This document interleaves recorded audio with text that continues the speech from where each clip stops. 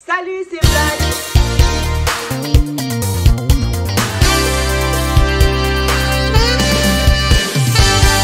Alors, j'espère que vous allez bien. Moi, je vais très bien. Franchement, il fait froid en ce moment, ça caille, je vous dis pas, il fait froid. Franchement, -0. Il fait froid, -1, -2, -3, moins tout ce que vous voulez. Et comme il fait froid, je sais, vous êtes tous dans vos couettes et tout, à la maison et tout, nan. Là, on vient avec une story time. Une story time, en fait, c'est un peu la suite de ma première vidéo que j'avais fait, ma fugue et tout, parce qu'il y a eu des péripéties, pour ceux qui ont suivi un peu ma vidéo, des péripéties, des commissariats, des gardes à vue à Bobigny et tout. Bref, pour ceux qui veulent savoir, allez voir ma première vidéo, ma fugue. Là, vous allez comprendre un peu toutes les péripéties que j'ai eues, en fait. Ensuite, du coup, par la suite des péripéties que j'ai eues, je suis tombée enceinte. Voilà. Donc maintenant, asseyez-vous, ok, rentrez dans vos couettes, mettez-vous sur le canapé, tout ça, et écoutez-moi très bien. Donc, pour ceux qui ont suivi ma vidéo de fugue et tout, vous allez voir toutes les péripéties qu'il y a eu, les fugues, les commissariats de Bobigny, les machins. Et bah, la suite, c'est ça. C'est qu'en fait, je me suis retrouvée en famille d'accueil, ok. Je me suis retrouvée en famille d'accueil parce que ma mère, elle en avait grave marre de moi. C'est bon, en fait, elle était au bout de sa vie. Elle était au bout de sa vie, je faisais vraiment n'importe quoi. Pour mieux comprendre, allez regarder ma première vidéo. Ma fugue. Ok, on passe à la suite. C'est-à-dire que je me suis retrouvée en famille d'accueil. Et en famille d'accueil, voilà, les week-ends et tout, vous savez, les week-ends, tu rentres chez toi et tout, tu reviens le dimanche soir et tout, vendredi soir, tu rentres chez toi et tout. Maintenant, moi, en ce moment-là, je ne savais pas que j'étais enceinte, en fait. Du coup, je ne savais pas que j'étais enceinte. Je ne connaissais pas. Bref. Maintenant, c'était un vendredi, après l'école et tout, on fait quoi, je rentre chez maman et tout. Maintenant, de la ville de ma famille d'accueil jusqu'à la ville de chez ma mère, il faut prendre un car, ok. Et après, à partir de la ville de ma mère, jusqu'à aller dans le quartier et tout, il faut prendre un bus. C'est-à-dire que je prends le car et tout, 1h30 minutes, 45 minutes de trajet et tout, je me sentais trop mal. Genre, j'étais vraiment mal. Et je me disais, putain, j'aime pas les cars. C'est pour ça que j'aime pas monter dans les cars et tout. Toujours, je me sens mal et tout. Et moi, ça me disait rien, tu vois, parce que tout le temps, je suis dans les cars, j'ai toujours le mal de transport et tout. Maintenant, j'arrive dans la ville de ma mère et tout, je prends le bus. J'étais toujours mal. Je dis, mais c'est quoi ça? En fait, je comprenais pas, en fait. Je dis, mais c'est pas normal. Dans le car, je comprenais, parce que moi, j'ai le mal de transport, tout ça. Mais là, on est dans le bus, je me suis jamais senti mal, en fait. Et du coup, bref, j'arrive et tout. Je crois que ça fait à peu près 10 minutes avant d'arriver dans le quartier et tout. Et là, je pose mon pied, un pied pour descendre, un pied par terre, dehors. Oh, Jesus. J'ai vomi. Vous voyez quand le bus, il s'arrête et que tout le monde descend là. Et que moi, moi, je suis descendue. J'ai vomi comme du n'importe quoi. Ah, ce jour-là, non, la honte. Une honte, là, c'est pas la honte, là. Là, c'est la honte, vraiment la honte. J'ai vomi. J'avais trop honte. Genre, tout le monde me regardait en mode, genre, qu'est-ce qui lui est arrivé et tout, Bref, moi maintenant je captais pas. Je me suis pas dit je suis enceinte tout de suite. Je me suis pas dit que j'étais enceinte. C'est-à-dire je vais chez ma mère, je passe le week-end chez ma mère et tout, Le vendredi matin, enfin je suis venue le vendredi soir. Du coup le samedi matin, je me lève et tout. Je me sentais pas très bien et tout ça. C'est-à-dire je prends le lait, je vais pour manger, je prends le petit déjeuner. Je chauffe le lait, je prends les Kellogg's et tout, Et je vous dis pas. Ma mère elle était là, ma mère elle fait son petit ménage, tout ça. Moi je chauffe mon lait, tout ça. Après... je mets, genre, au moment où je bois le lait, je bois. Au moment où je me lève pour aller débarrasser, catastrophe. Je vomis. Ma mère, elle comprenait pas. Elle dit, mais pourquoi t'as... En plus, elle dit, t'as quoi à vomir comme ça depuis là, tu vomis. Je dis, non, il n'y a rien, je sais pas, je me sens pas bien et tout, Elle me dit, bah si tu te sens pas bien, va chez le médecin. Ma mère, elle est trop comme ça, genre, si même t'as mal aux pieds, t'as mal au ventre, t'as mal à la tête, va chez le médecin. Elle donne la carte vitale, va chez le médecin. Et dire qu'elle, elle me voyait vomir. Pour elle, vas-y, va chez le médecin en fait. T'as quoi à vomir comme ça? Va chez le médecin. Du coup, moi, je me disais, il arrive. Je vous jure, je faisais, comment on dit, diagnostic ou je sais pas en fait. Je me posais beaucoup de questions. Je me disais, mais pourquoi hier, j'ai vomi en descendant du bus? Là, je mange, je vomis. Je comprends pas. Je dis, non, j'espère que c'est pas ça. En plus, elle m'a donné la carte vitale pour aller chez le médecin. C'est-à-dire que quand je vais revenir de chez le médecin, elle va me demander qu'est-ce que t'as en fait. Tu vois. Bref, moi maintenant, elle me donne la carte vitale. Elle me dit, ouais, t'arrêtes pas de vomir et tout. Va chez le médecin. Moi, maintenant, je fais quoi? Bah, je prends la carte vitale et tout. Et en plus, genre, elle dit, va chez le médecin, elle te laisse pas le choix, en fait. Elle dit, va chez le médecin et tu vas revenir me dire ce que t'as, en fait. Bref. En plus, entre parenthèses, elle avait déjà commencé à remarquer un peu des petits trucs parce qu'à un moment donné, elle me disait, mais toi, tes seins, pourquoi t'as grossi des seins comme ça? Je dis, ben, je sais pas. Vous savez, quand votre daronne, elle vous fait une réflexion et que, genre, vous connaissez la chose, mais vous faites, ben, je sais pas.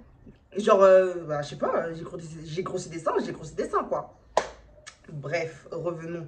Elle me donne la carte vitale et tout. Moi, maintenant, je fais quoi? Ok, je vomis et tout, bref.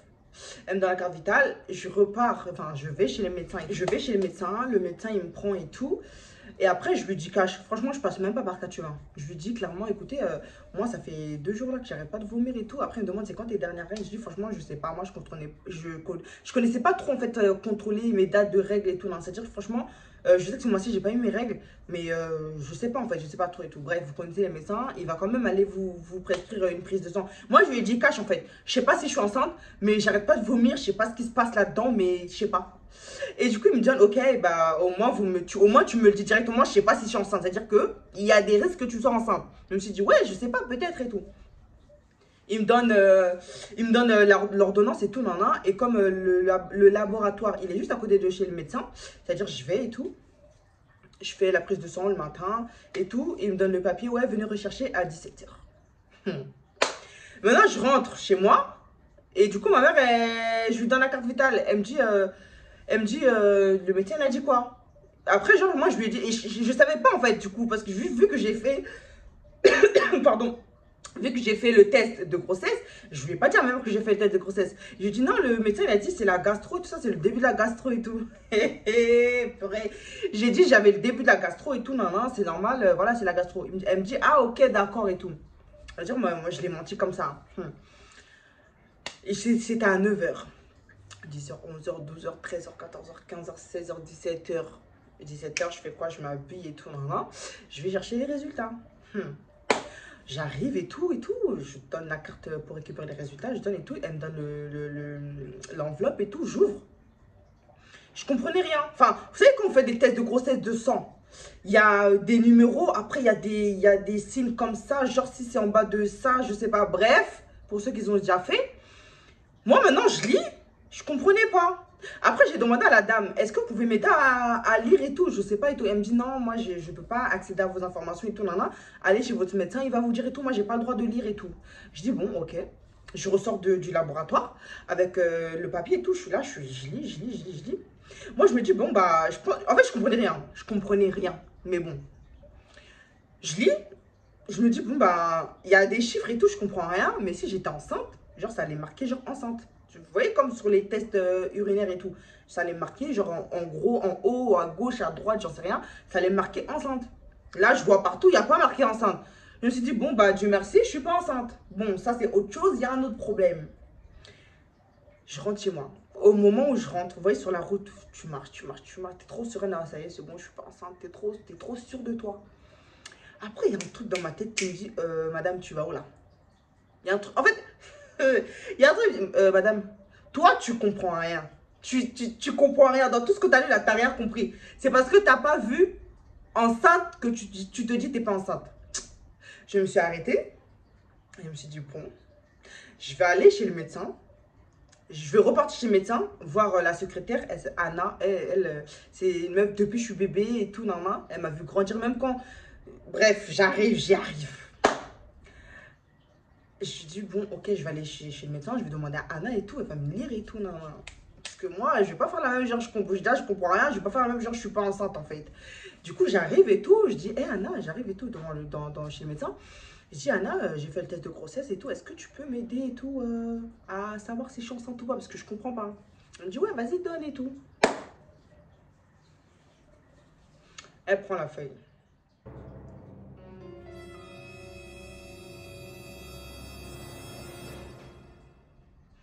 Elle me regarde comme ça. Hein. Elle lit. Elle me regarde comme ça. Elle lit. Elle me regarde. Je dis, hé, moi je te vois pas. Accouche en fait. Je sais pas, tu lis un truc, tu me regardes. Et moi, je dis, dis quelque chose, en fait. Après, elle me dit, ben, elle parle pas fort parce qu'il y avait des patients et tout dans la salle d'attente. Elle fait, je dis, hein?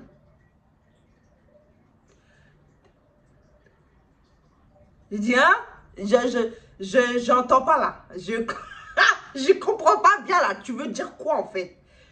Elle me dit, ouais, t'es enceinte et tout. Non, non. J'ai commencé. Oh, j'ai cru que le ciel était tombé sur ma tête. J'ai dit, quoi? Je suis quoi? Tu blagues ou tu rigoles? T'as fumé ou tu fumes la drogue ou tu bois de l'alcool? Je comprends pas. J'étais choquée. J'ai cru le ciel m'était tombé sur la tête. J'ai dit non, mais non, arrête s'il te plaît. Là, c'est pas l'heure de blaguer là. Tu vois. Là, dans les moments comme ça, il faut pas rigoler en fait.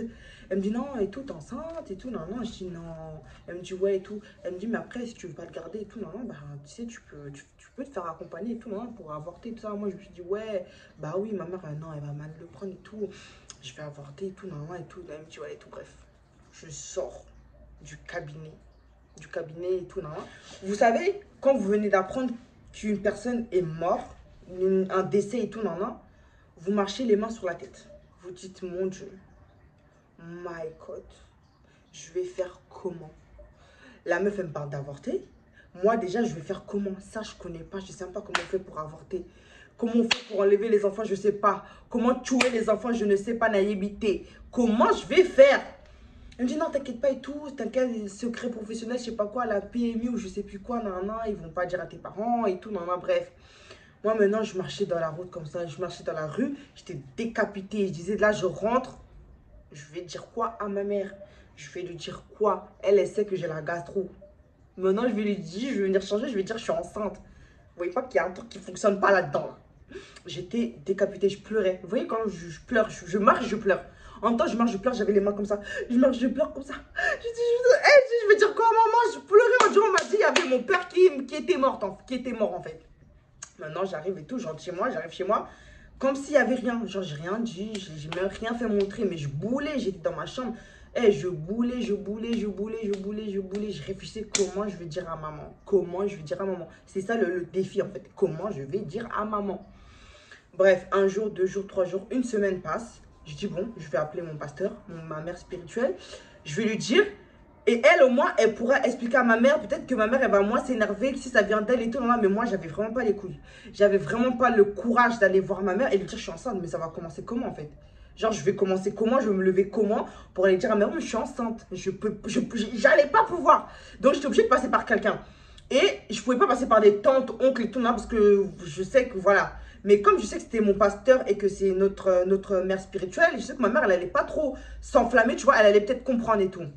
Maintenant, je fais quoi? J'appelle mon pasteur et tout, je lui dis, et tout, je suis enceinte et tout, mais moi, j'ai envie d'enlever, maman, elle va me tuer et tout. Elle me disait, Diamant, qu'est-ce que tu me racontes quoi? Elle me dit, mais tu me racontes quoi? Tu vas rien enlever du tout, tu vas assumer. Je dis, mais je vais assumer, maman, elle va me tuer. Moi, j'arrêtais pas de dire, maman, elle va me tuer. J'arrêtais pas de lui dire, maman, elle va me tuer, je peux pas garder l'enfant.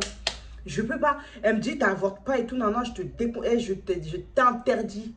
Tu ne vas pas avorter, tu vas assumer l'enfant. Et moi, je vais convoquer ta mère, je vais lui dire. Je dis, ok, ben comme tu vas lui dire, moi, ça m'arrange, ça m'enlève un poids, mais j'avais peur. Bref, je crois une semaine après tout ça, ma mère, comme tous les mercredis, vendredis, dimanche et tout, elle va à l'église et tout. Non, non. Un mercredi, ma mère, elle me dit, ouais, je vais chez le pasteur et tout. J'arrive. Moi, quand elle m'a dit, je vais chez le pasteur, j'arrive. Je savais que c'était pour ça. Quand je vous dis, en ce moment-là, j'avais envie de pleurer, commencer à pleurer. Elle me dit, je vais chez le pasteur, j'arrive. Moi, je savais que c'était pour ça parce qu'elle m'avait déjà dit qu'elle allait convoquer ma mère. J'ai dit, my God. Et Nzambé, la Kofi, Zombé, Zomba, Lola. Zomba qui est là-bas, tout. Moi, je suis morte. T'as dit, ma mère, elle est partie. Elle a fait 1h, 2h, 3h, 4h. Ah! Putain, depuis quand prière, ça vous met la pas. Hein. La prière, ça ne dure pas comme ça. 1h, 2h, 3h, 4h, 5h. Voilà, elle est partie dès 18h. La meuf, elle est revenue à 23h30 minuit. Au retour de ma mère, dès qu'elle rentre, dès qu'elle met la clé, ça fait clac, clac, clac. J'ai dit, hé Dieu de gloire. Hé Jésus Dieu. Jésus Dieu. Dès qu'elle a seulement ouvert la porte comme ça, j'ai dit, Jésus Dieu, je suis morte. Elle est venue. Moi, j'étais dans la chambre, j'étais en train de trembler, je tremblais. Oh, je dis, putain. Et je tremblais, j'ai pas dormi. Quand je vous disais, j'ai fait une nuit blanche, j'ai pas dormi. Ma mère, elle est rentrée ce soir-là, elle m'a rien dit. Elle m'a rien dit. Elle m'a rien dit, hein. Genre, je pense qu'elle était encore, elle s'était pas encore remise de ses émotions. Je crois que avec mon pasteur, elle avait pleuré. Parce que je vous jure, elle est même, moi, depuis, j'étais bloquée dans la chambre, je suis pas sortie, hein. Elle est rentrée, elle m'a rien dit. Elle est même pas venue me voir et tout, non, non. Moi, je me suis dit, ah bon. Toutefois, si elle me dit rien, c'est que peut-être que on lui a bien parlé là-bas et tout, non, non. Le lendemain, le matin, elle se réveille. Moi, je pensais que quand elle m'avait rien dit le soir, là, c'était parce que, voilà, elle comprend et tout, non, non. Le lendemain matin, le lendemain, elle est venue dans la chambre. Elle a ouvert la porte. Elle a même pas parlé chinois. Elle a même pas parlé midi 14h. Elle a ouvert la porte, elle a dit, comme tu as choisi d'être enceinte, tu fais tes affaires, tu fais tes valises et tu vas chez ton mec. Et elle n'a pas parlé chinois. Elle n'a pas dit 10 000 mots. La phrase que je vous ai dit là, c'est ce qu'elle a dit. J'ai dit quoi? J'ai dit pardon? Elle vient de dire quoi là? J'aurais aimé dehors, genre. J'aurais aimé dehors là, genre. Elle m'a dit ça. Elle m'a dit comme tu as choisi, c'est le choix que tu as fait d'aller tomber enceinte, tu fais tes bagages et tu vas rejoindre ton mec. Tu vas virer ton mec parce que moi, ici, chez moi, je n'élèverai pas un enfant que tu as fait alors que moi, je t'envoie à l'école pour étudier et toi, tu vas tomber enceinte. Donc, tu prends tes bagages, tu fais tes valises et tu rentres, tu vas chez ton mari là-bas comme vous avez choisi à faire votre famille, tu vas. Moi, maintenant, je ne savais pas quoi faire. Ok, voilà. Je me suis dit, attends, elle dit ça parce qu'elle est énervée. Elle dit ça, je dois vraiment le faire. Ou elle dit ça et tout. Moi, je me suis dit, bon, peut-être elle est énervée, tout ça. Vous connaissez, les darons, ils réagissent à chaud et tout. Je lui laisse le bénéfice du doute. C'est-à-dire que moi, j'étais là et tout, j'ai pas calculé. Midi, 13h, 14h, 15h, 16h, 17h, 18h. 18h, elle revient encore dans la chambre. Si je vous dis depuis hier soir, la veille, je suis pas sortie de la chambre. C'est-à-dire que jusqu'à 18h, 24 heures, j'étais bloquée dans ma chambre. J'ai pas mangé, je réfléchissais, je pleurais. J'avais même pas eu la force, le courage de sortir de la chambre. Je vais faire quoi?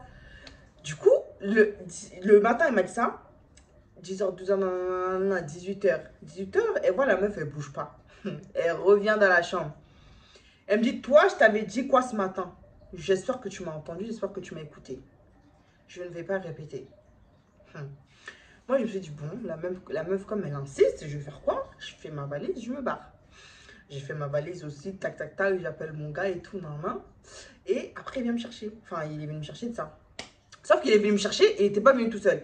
Il est venu avec son frère et sa grande soeur et sa mère. Genre, ils sont venus, il a ramené toute sa famille. Il est venu avec son grand frère, il est venu avec sa grande soeur, il est venu avec sa mère. Maintenant, il est venu me chercher, son frère, il me dit, mais non, en fait, tu te crois où? Genre, son grand frère, il me dit, non, tu vas pas partir du genre, on va pas te ramener comme ça, c'est un manque de respect et tout, non, non, elle t'a mis dehors, mais nous, on doit la voir, en fait, tu vois, et tu peux pas partir comme ça et tout. Et après, ben, moi et mon gars, on est parti, il est parti me déposer chez lui et tout ça, et après, lui, il est revenu, c'est-à-dire que ses frères et sa mère et tout, ils sont restés pour parler avec ma mère et tout. Ma mère, elle a dit, on va pas parler chez moi, c'était pas prévu, tout, non, non, on va autre part et tout, c'est-à-dire, ils se sont rejoints, après, ils étaient partis au KFC. Au KFC, ils se sont posés et tout, ils ont commencé à parler, tout ça, ils ont commencé à parler, ouais, maintenant on est vraiment désolé pour ce qui est arrivé, et machin. Ma mère, elle était, de ce que il m'a dit, le papa de mon enfant, de ce qu'il m'a dit, ma mère, elle était vraiment décapitée. C'est-à-dire qu'à la fin de la conversation, elle était... Ah oui, il y avait mon pasteur aussi, je me rappelle. Quand ils sont venus me chercher là, le même soir, et après, elle a dit, ben, en fait, on part. On va pas parler chez moi, tout ça, ça. Elle a appelé notre pasteur et tout ça. Notre pasteur aussi, elle est venue. C'est-à-dire, ils étaient eux tous. Ils étaient 3, 4. Ma mère et le pasteur. Ils ont parlé, ils étaient en train de parler, tout. Ma mère, elle n'en pouvait plus. Et à ce qui paraît, ma mère, elle a pleuré. Et ça m'a fait trop de la peine. Je vous jure, ça m'a fait trop de la peine. Dès que j'ai vu les larmes de ma mère, genre, elle m'a dit, ta mère, à la fin de la conversation, elle est sortie, genre, elle s'est levée, elle est partie, elle a pleuré. Et moi, ça m'a fait trop mal. Et ça m'a fait mal au cœur. Je me suis dit, en fait, j'ai l'impression que je l'ai déçue, en fait.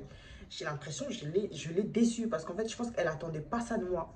C'est-à-dire que... Bref, ils ont parlé, tout ça, ça. C'est-à-dire, moi, après, je suis partie chez lui. Et après, ben... J'ai fait 1 mois, 2 mois chez lui. Après, je me suis dit, non, en fait, je peux pas être là, en fait. Je suis assise, je vais rester chez lui. Non, je crois que c'est trop facile. Je me suis dit, c'est trop facile. Et même pour ma mère, c'est pas respectueux, tout ça, ça.